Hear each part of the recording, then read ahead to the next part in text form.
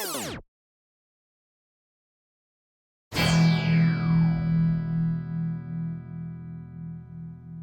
everybody, Greg Juke here with a very brief music tutorial. This one focusing on vocals and background vocals specifically.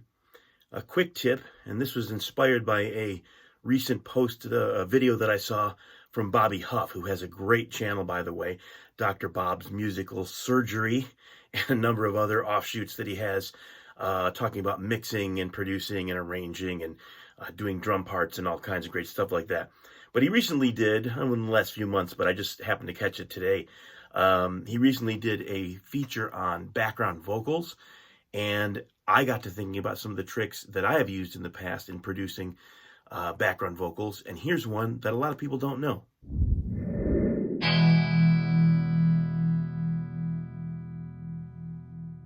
All right, we're going to be listening to a couple of examples that I made very quickly, about 5 minutes each on my phone with no headphones. So they're not very great.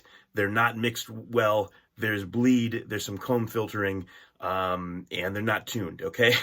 All that to say that if you can get the message that I'm trying to share about this, and if it makes a little sense to you after you listen, then my objective will have been achieved. We're not talking about perfect background vocals right now in this example. What I want to do is give you some food for thought on how to approach an issue that comes up every once in a while, which is trying to match background vocals. Whether it's the same singer who's having trouble getting a part, or you're working with multiple vocalists trying to stack vocals or do gang vocals, and some people are having trouble just hitting the part rhythmically and pitch-wise correctly. Here's one thing you can do. I learned this by just happening to bump into it in the studio, and it worked. And I've even done this with live choirs before, with multiple parts, and it does work. It is kind of the exact opposite of what you're taught when you're taught to sing, especially if you have a background in choir, chorus, classical music, that sort of thing. So you're going to have to dislodge that out of your head. But here's the trick. All right, if I'm singing a part with a lot of consonants in it, and I'm having trouble matching that on the second pass, either to double the vocal or stack a harmony or whatever. Or someone else, I'm trying to match someone else's vocal and I'm having trouble nailing the downbeat to the consonant or any kind of rhythmic intricacy of that part. A good trick is to leave off the consonants, because that's where the trouble almost always lies. So let's say we were singing something like "Ooh, Baby, Baby," singing with some consonants. The first part I lay down, whatever the anchor part is going to be that exact thing. After that, I might sing "Ooh, A-B, A-B," inging with some consonants, and I know how weird that sounds. But I'm telling you, it works. Because if you get hung up on that stuff, that's usually where it is.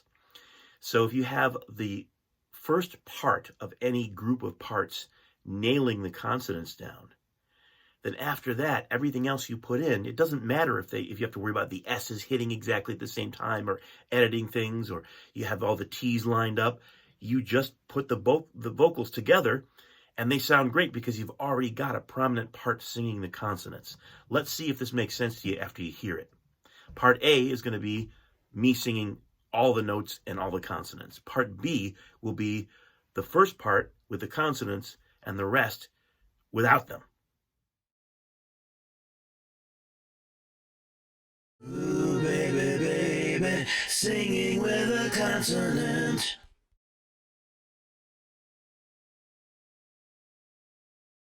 Ooh, baby, baby, singing with a consonant. Okay, here's part A again. Ooh, baby, baby, singing with a consonant. And here's part B without the consonants. Ooh, baby, baby, singing with a consonant. You hear any difference? And if you do hear a difference at all, which one sounds tighter?